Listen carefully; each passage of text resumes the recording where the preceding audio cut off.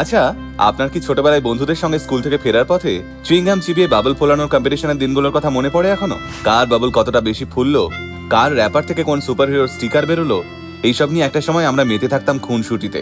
আর আমাদের বাবা মা, তারা সব সময় বলতো, খবরদার, চুইংগাম খাওয়া কিন্তু খারাপ, গিলে ফেললে কিন্তু পেটে গিয়ে আটকে যাবে। এই সব বারণের ভয়, ছোটখাটো খুনসুটি, গোলাপি চুইংগাম, সবকিছু মিলিয়েই বেশ কেটেছিল আমাদের ছোটবেলাটা। কিন্তু কোনোদিন আপনি ভেবে দেখেছেন এই চুইংগাম জিনিসটা এলো কিভাবে বাজারে? কে প্রথম তৈরি করেছিলেন এই চুইংগাম? আর কিভাবেই বা এতটা জনপ্রিয় হলো জিনিসটা? চলুন তাহলে আজকের ভিডিওতে জেনে নেওয়া যাক আধুনিক বাবলগামের এই সম্পূর্ণ ইতিহাসটা। আসলে চুইংগাম কিন্তু খুব নতুন জিনিস নয়। সেই প্রাচীন গ্রিক সভ্যতার সময়কাল থেকে এই চুইংগামের কনসেপ্ট চলে আসছে। সেই সময় মানুষজন মাস্টিক নামের একটা গাছের আঠা এবং রেজিন চিবাতেন টাইম পাস করার জন্য। তবে এই রেজিন দিয়ে আজকের মতো বাবল তৈরি করা যেত না।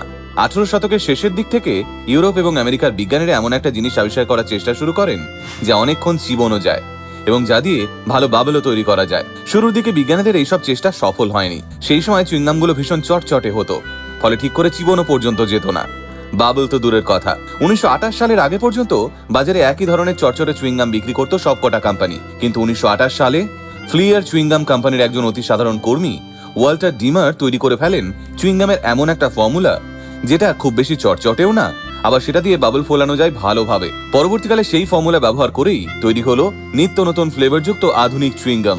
ওয়াল্টার সেই সময় ফ্লিয়ার চুইংগাম কোম্পানিতে একজন সাধারণ অ্যাকাউন্টেন্ট হিসেবে কাজ করতেন। তার প্রধান কাজ ছিল কোম্পানির হিসেবের খাতা সামলানো। কিন্তু তার সবসময় মন পড়ে থাকতো ল্যাবরেটরির দিকে। তাই অফিসের কাজের ফাঁকে এবং অবসর সময়ে নতুন নতুন গাম তৈরির ফর্মুলা নিয়ে পরীক্ষা নিরীক্ষা করতেন ডিমার। প্রথম তিনিও সফল হননি, কিন্তু অবশেষে বহু ব্যর্থ চেষ্টার পর তিনি এমন একটা ফর্মুলা একদিন খুঁজে বের করলেন যেটা অন্যান্য গামের তুলনায় কম আঠালো এবং অনেক বেশি ফ্লেক্সিবল। সঙ্গেই ভালো ফ্লেক্সিবিলিটি থাকার কারণে এই চুইংগামটি দিয়ে ভালো বাবল ফোলানো যাচ্ছিল। ডিমারের এই নতুন ফর্মুলেশন আবিষ্কারের কথা শুনে চমকে যান সেই কোম্পানির ম্যানেজাররা।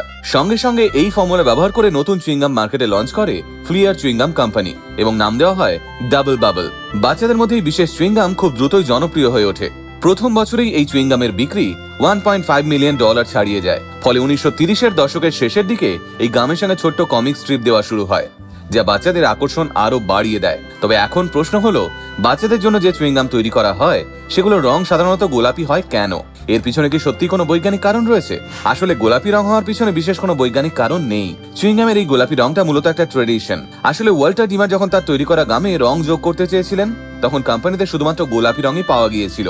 তাই তিনি বাধ্য হয়ে সেই রঙই ব্যবহার করেন, আর পরে সেটাই ট্রেন্ড হয়ে যায়। সময়ের সঙ্গে সঙ্গে এই চুইংগাম হয়ে ওঠে বাচ্চা থেকে বড় সকলেরই খুব পছন্দের একটা জিনিস। নতুন রং, নতুন ফ্লেভারের চুইংগাম বাজারে আসতে শুরু করে। 1980-র দশকে পারফেক্টি ভ্যান মেলে কোম্পানির হাত ধরে ভারতে চুইংগামের প্রবেশ ঘটে। আর তারপর থেকে এটা ধীরে ধীরে আমাদের জীবনের সঙ্গে মিশে যায়। স্কুলের টিফিনে, বন্ধুদের সঙ্গে আড্ডায়, কিংবা হালকা সময় কাটানোর মুহূর্ত, চুইংগাম যেন এক টুকরো আনন্দ আর নস্টালজিয়া। আপনারও কি এই চুইংগাম নিয়ে কোনো মজার স্মৃতি রয়েছে? থাকলে অবশ্যই লিখে জানান আমাদের কমেন্ট বক্সে।